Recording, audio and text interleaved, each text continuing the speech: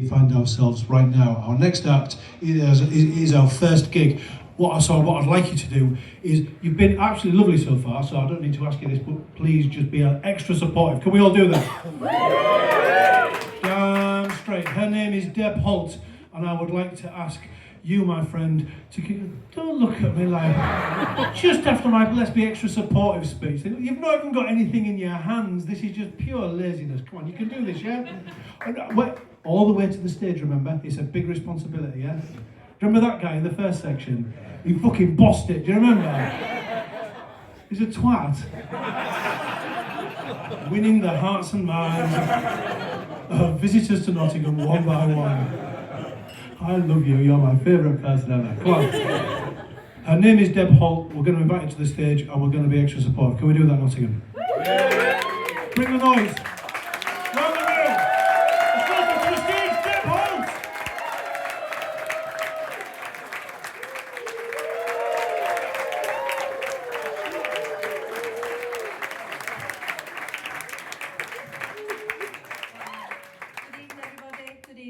Yeah, it's my first time here. They said you can have 5 minutes, and I thought I'll be fine with that. I spend longer on the toilet.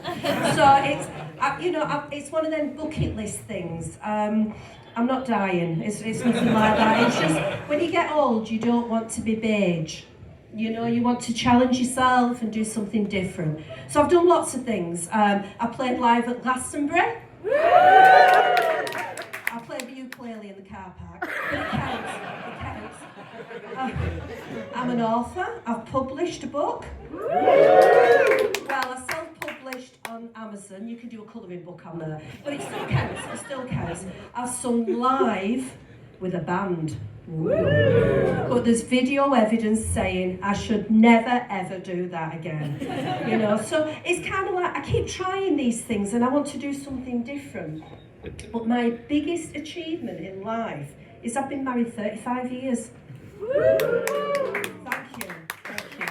You know, you said, my husband's at home, he stayed home, he said, it's my midlife crisis. Well, I'm too old for a midlife crisis. If it were a midlife crisis, I'd live to be 104. You know, so it's like, it's things we want to do. I met and married him within a year. Met and married him. And when you're first married, it's hot. You know, you're in love, it's sex, it's, you know, oh God, you can't get enough of it. Back then, I didn't have time to get my socks off. Now I can knit a pair. But it was wild, And I know looking at me now, it's hard to think of me as a sex kitten, but if you just kind of like squint at me, and I kind of look like an older Kate Bush, you know, I've got this thing. Anyway, so he said to me one night, you know, kids were in bed and what have you, and he said, go in the fridge, he said, get something out of the fridge. He said, well, play all off. Oh, well, some of that would be nice, wouldn't it? Well, I'm always on a diet, pick a lily. Yeah. Do you know it stings? It stings. You should be on my honey on the chair. You know, and it's like, things change as you go along. You know, when we were first married, I couldn't pass wind in front of him. So I'd go to the bathroom, it's true this though, isn't it? It's true. And I'd go to the bathroom, and every time I farted, I'd cough. I mean, that first year I was in the bathroom that much, he thought I had COPD. And it's like now, as the relationship has grown and developed, I can fart for England, it's amazing. I wait, I get in bed, and you get in that position, and I wait until he snores, and I coordinate it with the snoring, you know, because I don't want to wake him up. The other night, I was at Armageek's, my friend, she did a homemade curry, lots of vegetables and lentils, and I'm sat there and I'm thinking, oh my God, this is brewing. I knew. And he goes to bed and he starts snoring and I let rip. And you know when they say you can't smell your own? It's a lie. It's a lie. And it were rancid. And it's going on and on and on. I'm thinking, oh my God. And I'm thinking to myself, you know, because I've got a bit of an overactive imagination, I'm thinking, I don't know if we'll make it through the night. And you know, it was really, really bad. And I was pulling it down and covering it, and then I was wafting it, and it was really bad. And I'm thinking, God, what if we die in the night?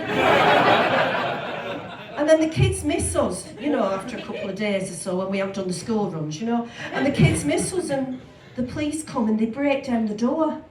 And we're dead in bed. And they think, oh, at least they died together. But because it was an unexplained death, they had to do an autopsy. And then the results came back as methane poisoning. always sleep with your windows open, you know, whatever. But my husband, he loves me so much. I mean, I've recently had a big birthday. I'm 60-ish, a bit more. And thank you. I mean, usually I dye my hair, but you know, the purple thing's a bit common now, so I'm thinking where I'm going to go with it. But he said to me, when I was 60, you can have or go anywhere you want. Anywhere you want. I said, I'd really love to see the Northern Lights. He took me to Blackpool.